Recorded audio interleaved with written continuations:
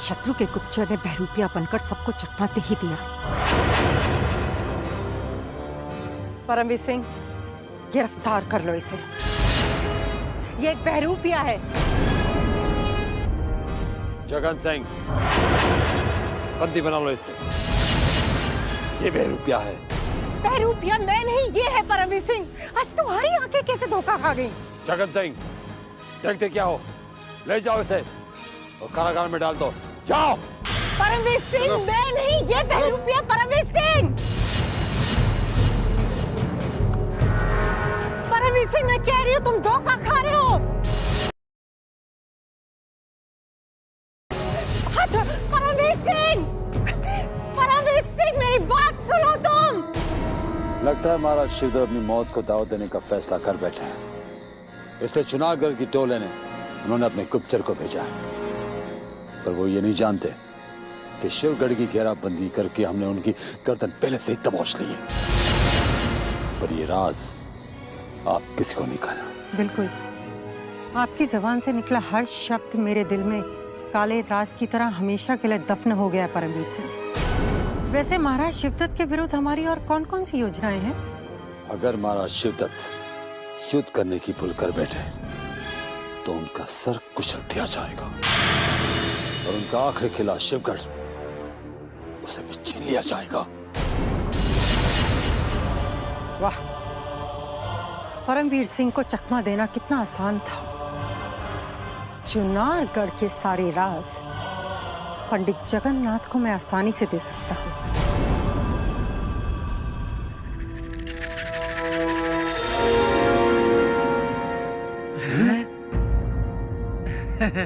प्रणाम पंडित जी।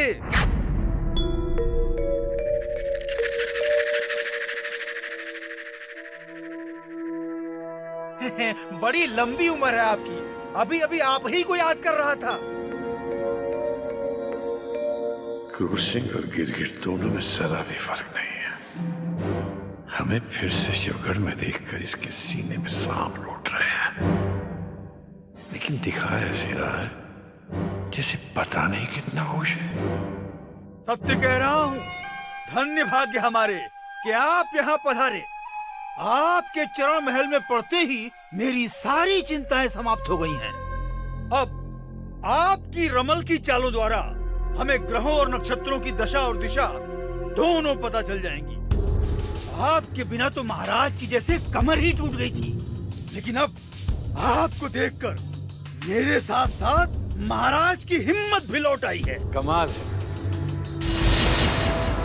महाराज शिवदत्त को पराजित हुए कितने बरस बीत गए, किंतु आपकी स्वामी भक्ति में फर्क नहीं आया। कैसे आएगा पंडित जी, कैसे आएगा? आखिर मैंने महाराज शिवदत्त का नमक जो खाया है। यदि अवसर आया तो मैं दिखा दूंगा कि मैं महाराज शिवदत्त के लिए अपनी गर्दन भी कटा सकता हूँ। क्यों आमिर नाजिम? जी हुजूर। सुना है आपने? आपकी ये मुराद भी बहुत जल्दी पूरी हो जाएगी क्रूर सिंह, क्योंकि युद्ध छिड़ने वाला है। हम लोग शत्रु से लड़ने के लिए सबसे पहले आप ही को भेज देंगे। प्रणाम प्रणाम प्रणाम। तो मुझे बलि का बकाया बनाना चाहते हो? यदि युद्ध छिड़ गया पंडित जगन्नाथ, तो मैं तुम्हारे साथ साथ महाराज शिवदत्त की गर्दन भी कटवा दूंगा, लेकिन किसी भी तरह चुनारगढ़ को अपने कब्जे में ले लूंगा। परमवीर सिंह जी, मैं आप ही को ढूंढ रही थी। ये आपने क्या किया?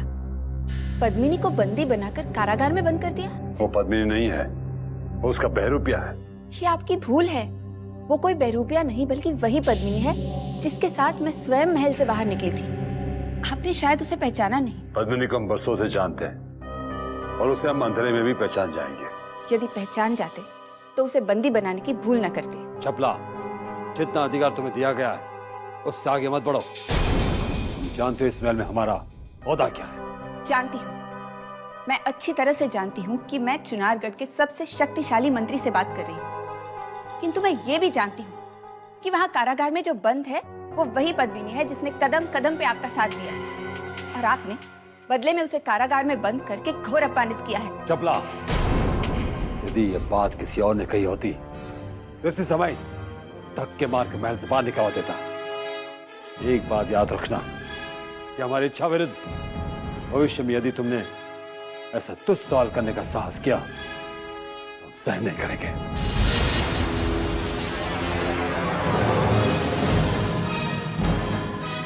रणवीर सिंह को कुछ भी समझाना अब व्यर्थ है। पता नहीं कारागार में बंद पद्मिनी का क्या हश्र होगा।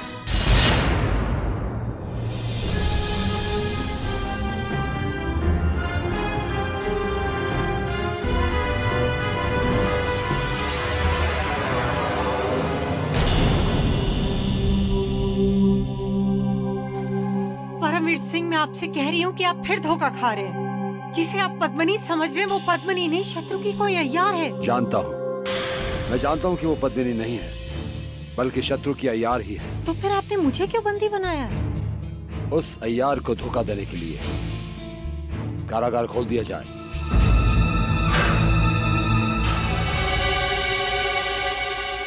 मैं कुछ समझी नहीं। उस शत्रु के अय्यार को चकमा देने के लिए हमें आपको बंदी बनाने का नाटक करना पड़ा। उस बहरूपिये को हमने ये कहकर उलझा दिया कि हमारी सेना शिवगढ़ की सीमा को चारों तरफ से घेरे हुए है और जैसे ये खबर वहां पहुंचेगी शिवगढ़ में कोहराम मच जाएगा। और शत्रु कोई भी वार करने से पहले 100 बार जरूर सोचेगा। वो बहरूपिया इस वक्त कहाँ है? वो चुनारगढ़ के बाहर निकल चुका है और वो बहरूपिया और कोई नहीं बल्कि शिवगढ़ में बैठे पंडित जगन्नाथ का एक शातिर अय्यार खुदा बख्श है। और वो खुदा बख्श पंडित जगन्नाथ के सामने उतना ही मुंह खोलेगा जितना कि हम चाहते हैं। शिवगढ़ की सरहद पर मौत खड़ी है पंडित जी। महाराजा वीरेंद्र सिंह की सेना ने शिवगढ़ की सरहद को चारों तरफ से घेर रखा है। जंग कभी भी छिड़ सकती है। महाराज वीरेंद्र सिंह के एक इशारे पर उनकी सेना फौरन शिवगढ़ पर आक्रमण कर सकती है। पंडित जी, मेरा संदेश सही निकला। यदि इस समय महाराज शिवदत्त ने चुनारगढ़ पर आक्रमण कर दिया होता तो एक बार फिर उन्हें पराजय का सामना करना पड़ता।